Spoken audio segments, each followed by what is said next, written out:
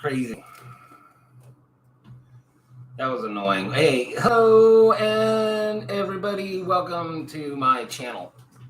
I am so sorry. So what happened was, I'll just wait till people jump on. They're probably all like, they probably think I'm still at the cemetery. I'm not at the cemetery anymore. I left. It's 108 freaking degrees out there too. Hi, sorry, I'm home now. Jim, what's going on, man? Heck yeah. So yeah, I was live a second ago, and what happened was my phone. Hey Marie, my phone got really hot, and so the temperature thing showed up, and it started shutting my phone down, and then I couldn't go live, or I was live the whole time, but my phone wasn't working, and also, excuse me, and yeah, it got stuck on live, so I apologize for that. I just wanted to apologize. So, hi, Kathy. Thank you.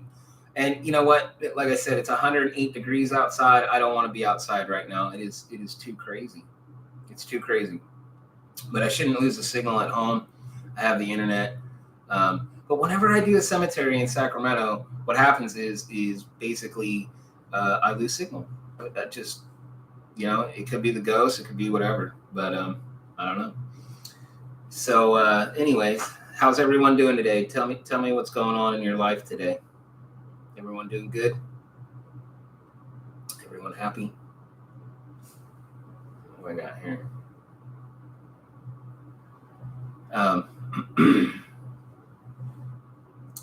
It's always ghost. Yeah, it is always ghost, isn't it? So yeah, anyways, what I was saying earlier was I wanted to thank everybody. I'm now monetized. Everything's cool. I'm good to go. I've got everything set up except for membership. I think I have to wait about another week for the whole membership dealio. So let's see what we got here. Some Confederate ghost got me last week. Yeah, we have a lot of those up here too. Yeah, ghosts, they can be annoying, man. They can mess with you. So you gotta be really careful with those guys. They'll trip you, they'll throw things at you, all that kind of stuff. It's too hot here. 100 every day this week. Yeah, we're at 108 right now, and it's supposed to be over 100 for the rest of the week here, and it's ridiculous. Now, it gets harder too. It goes up to 110, 115, even. Hey, Brenda, welcome back. That happens to me lots. My day has been doing good. I'm off. Okay, awesome. Off from the naval base. Cool. Pensacola Lighthouse. It's basically haunted. Very cool. That's really cool. Yeah.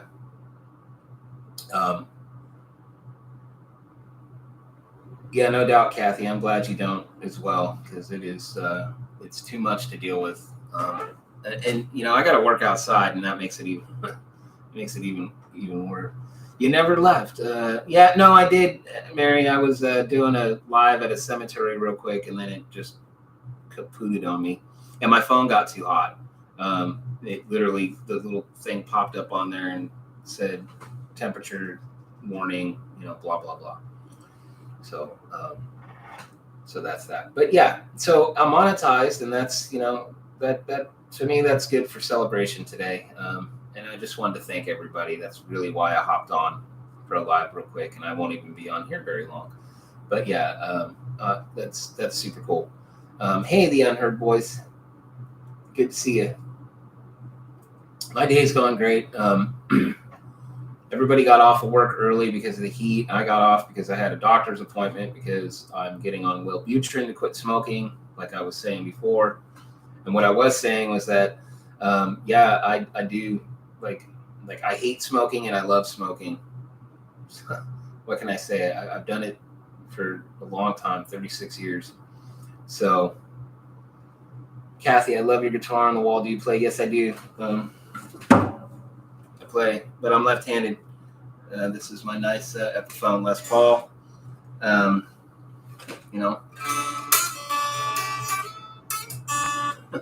But yeah. So, hey, Jeep girl. I've played since I was a little kid, but I mainly play the drums. So that's my true musical love, and I even got a bass. I got a bass sitting here. So, but yeah, so I wanted to know, do you guys, I want to do some more of my nighttime exploring. I had so much fun doing that, and it was, do you have any favorite songs that you play on your guitar? No, I do not. I write all my own stuff. I don't ever play anybody's music. There's a couple songs I can play of other people's music, but I write and do all my own music. I've had a couple of bands. I had one band for very long. It was pretty hard. You know, I don't even know what genre it was. You know, sometimes it was metal, sometimes it was punk, sometimes it was prog. But yeah, drums are definitely my favorite. I have what's called the devil's tattoo, which is I tap on everything and I tap all the time, and I'm tapping on my knees. And I've been drumming for a long time. So yeah, and I love all kinds of music, all kinds of records back there. But anyways, yeah. So what's this, Jim? Last week I was filming at the Confederates part of the cemetery, was doing fine. Then I mentioned my family was Union and my device went nuts. That's funny. I had family in the Union and I had family on the Confederate side. I had both. You know, I had my third great grandfather, Joseph Dorman Black, was fought at Gettysburg for the Confederate. He was taken as a prisoner of war, lost a leg. He died in 1907, and they had a huge military parade for him in Mount Pleasant, Texas. And my other third great grandfather as well, was also a Confederate soldier. And then I have Union soldiers on my mother's side of the family.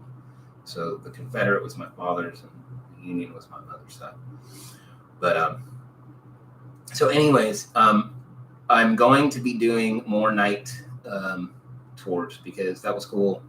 And I picked up a lot of weird sounds and whines and cries and whatnot, and it was really creepy. And other people picked up sounds as well that I didn't even hear during post-production or post-editing.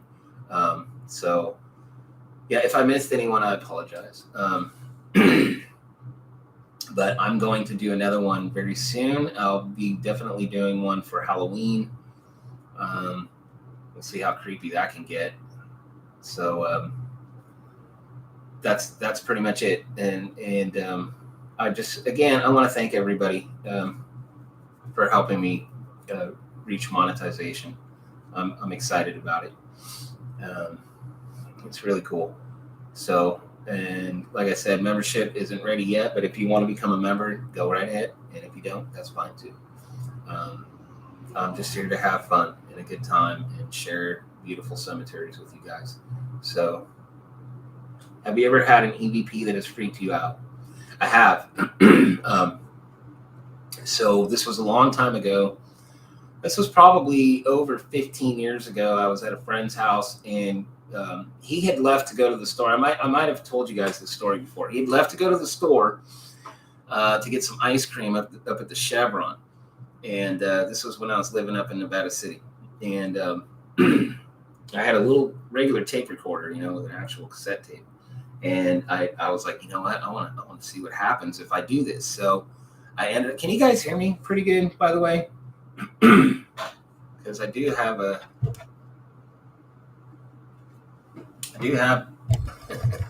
don't know if, maybe now you can hear me a little better. All right, let me get back to my story. So, you guys can hear me, right? Yeah, you can hear me. Okay, cool. So he left to go, and I ended up recording, and I said, if there's anyone in this house, can you please let me know? And it was a rainy night too, so that added to the whole, ambiance of the thing. Anyways, I left it alone. I didn't make any noise. I sat there. I let it roll for about 5 minutes, maybe. And all of a sudden, I go back. I go to listen to it, and what I hear is a voice, a clear voice that comes out, and it says, And it sounded just like this too. It said, "How can you record on this?" With a long this. And it was the creepiest thing ever. It freaked me out.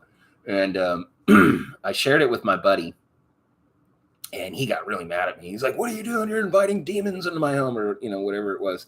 I'm like, "No, man, no, it's cool. It's crap. It's bullshit."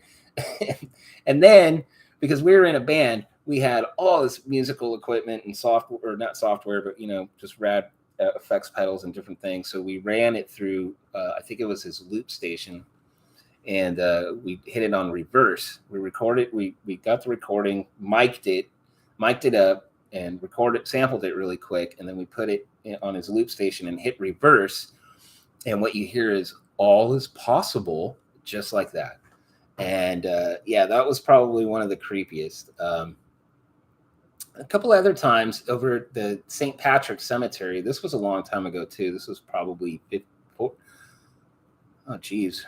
14 years ago. So the one I just told you was probably more like 19 years ago. So I've been doing EVPs for too long. But anyways, I was at the St. Patrick's Cemetery about 14 years ago, and I brought a little tape recorder and was asking questions, and I heard a little girl, after I re-listened to it, she goes, "Hello." And then another time I heard, "I love you" on it, like really clear. And I don't have any of that stuff anymore. Unfortunately, it's all gone. But yeah, I've got some pretty cool ones, but that first one I told you definitely, well, and it was my first one, so it really creeped me out. But yeah. And and growing up as a kid, there was weird things that happened in our home. I didn't grow up in a house. I actually grew up in an apartment. We had a duplex when I was little in San Carlos, California, and then we moved to San Mateo, California, and I grew up basically from the age of 5 till 19 in an apartment complex, a really beautiful apartment complex, though, at least it was. They were built in 1947, right after the war ended, and so it was for the baby boomer families, But that was my home. That's where I grew up. But weird things would happen in that home. One night, my dad said, so we had this round wooden bowl where we put our mail and just leave the mail that we got for the day in there. And one night he was sitting up, and my dad likes to toke a little bit. So, but whatever. I don't think that's what that doesn't happen when you toke. I'm just trying to make you laugh. Anyways, he said that he saw a bunch of the letters go float up in the air and then fall back down. Lights would appear in the corner of our living room, and just out of nowhere, just a light would flash, like something opened up and then closed. My mom, for a while, would sleep on the couch. She couldn't sleep well, and so my parents like ritually unplugged the phone every night. They hated it. They hated hearing the phone. They didn't want anybody calling. Sometimes they just had it unplugged anyways. My parents are cool old hippies, by the way. Still with long hair too. But anyways, we had an answering machine, and it was turned off, and my mom even checked. Oh, I got another cool story too. My mom said that she heard a voice come out of it, of a little girl that also, which was similar to what I had at the cemetery, but it said, "Hello, I love you." And it was like it was talking to my mom, and it came out of an unplugged freaking answering machine. That's what we used to use back in the 80s. Anyways, so another time, I was a little kid. I don't know how old I was. I think I was about 12 years old, perhaps, and I was listening to Led Zeppelin, "Houses of the Holy," on cassette, and and I was messing around in my room. I think I was actually playing around with Legos or something, and my mom was typing something up for her school, and I don't remember the exact words, but I heard her scream in the other room, and I got up and I ran into the room, and the typewriter started typing by itself, and it started typing out. It said something basically that an English army, there will be a frontal attack on an English army. And at that point, my mom freaked out and unplugged. So yes, this was a plug-in electric typewriter. unplugged it. And so we had it looked at, and I guess my aunt, knew a lot about these typewriters and everything, and looked over it to see, like, did it have a built-in memory? Because some of them did. And it turns out that that typewriter did not have a built-in memory. It couldn't have done that on its own, but it did start typing things. Now, this kind of stuff has been happening in my life and my family's life for a long time. We've had a lot of, I wouldn't even call it paranormal. I don't call it paranormal. I would actually call it, maybe a better term is spiritual, because we're a spiritual kind of family, I guess, you could say. And that's kind of just what I grew up with. My upbringing was different than most people. But in the beginning, it was actually pretty typical of most people, and then it changed. But as my parents changed and progressed. But that's okay, Jim. I'll see you in a little bit. I'm sorry you got an emergency. But so I've always had some interesting, weird things. Look at all this. Look at the chat I got going on here. I got 4 people on here. No, I love you guys. And that cracks me up. Anyways, I know it's not. My house isn't exciting, man. I know. But so yeah, I've had a lot of cool stuff. I hope you're okay, Jim. We'll be talking to Jim soon. So, but anyway, so yeah, you guys, let's look forward to a couple more of my nighttime explores. I'm going to be doing that a lot more often because it's so much fun for me. But it's going way past my bedtime. I go to bed at 7:30, 8 o'clock. And so that was rough on me, man. I was yawning. I was like, oh my God, I'm not going to make it. But because I get up and work so early, but it's the weekend, so I can't really complain. But yeah, I'm going to be doing some more. I'm right on, Penny. I'm glad you liked it. Thank you, Unheard Voice. Yeah, the adventures are fun. I was actually talking to a buddy of mine earlier. I had texted him that I'd been monetized. It was my friend that went with me to Nevada on the Nevada trip, and I told him that we need to do something soon. So I guess we're going to be working on something soon. I haven't had a chance to go and go get back to Nevada like I wanted to. And now it's getting really, really hot, but I am going to try. Tight budget. It's been a hard couple of months with the gas that went crazy recently. And it feels like you work really hard and then you get your paycheck and then your paycheck's gone, and it sucks. And I know you all know how that is. So, but I am planning another trip to Nevada here as soon as I can. Hopefully, September might actually be the best time to do it when it's not too hot. Excuse me. But I will definitely be doing a nighttime adventure in Nevada at a very old desert cemetery as well. I do have I am trying to plan a trip to Virginia City as well, so we can go check out that beautiful cemetery out there. It's massive. It's huge. It's awesome. But all in good time. I mean, like I said, we all got lives. We're all busy. We're all doing something, and we're all trying to survive right now in the States. And if you live here in the States or you live in California, you really know how hard it is to stay afloat because the prices are insane and ridiculous, like really bad, ridiculous. So what are you going to do?